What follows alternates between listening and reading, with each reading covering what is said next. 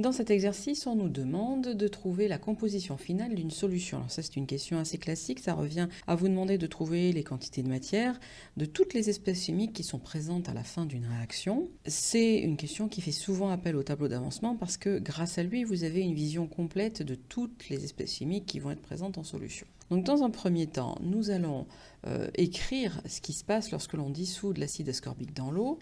Donc l'acide ascorbique est un acide, donc il va réagir avec l'eau pour aller donner sa base conjuguée, C8H7O6-, plus l'acide conjugué de l'eau, H3O+, avec E. Je fais rapidement un tableau d'avancement.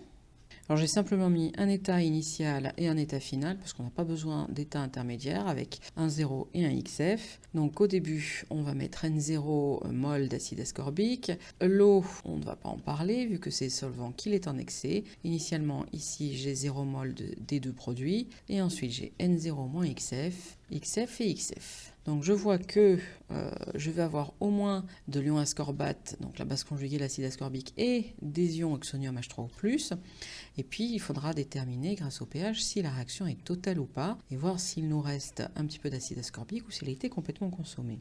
Donc déjà pour savoir ça, je vais utiliser l'information du pH. Je sais que le pH est égal à 2,7. Je vais relier ça à la concentration en H3O+, finale dans le récipient. C'est donc égal à 10 puissance moins pH, donc 10 puissance moins 2,7. Par ailleurs, je vois d'après le tableau d'avancement que XF est égal à la quantité de matière finale de H3O+, c'est-à-dire la concentration finale en H3O+, multipliée par le volume de la solution. Si je fais l'application numérique, l'avancement final est égal à 10 puissance moins 2,7 multiplié par un volume de solution. Donc, nous avons 500 ml, soit 0,5 litres, ce qui nous fait 10 fois 10 puissance moins 4 mol.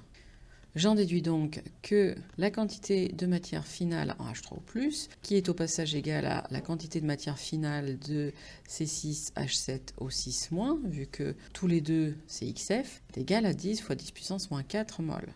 On va voir s'il reste de l'acide ascorbique, parce que je sais que NF de C6H8O6 est égal à N0 moins XF, soit N0, eh bien, on sait qu'on en a mis 5 millimoles de cet acide ascorbique. Donc 5 millimoles 10 puissance moins 3, moins 10 fois 10 puissance moins 4. Il reste donc 4 fois 10 puissance moins 3 mol d'acide ascorbique. Donc voici ce qu'on nous demandait ici. Je souligne finalement les réponses qui nous étaient demandées.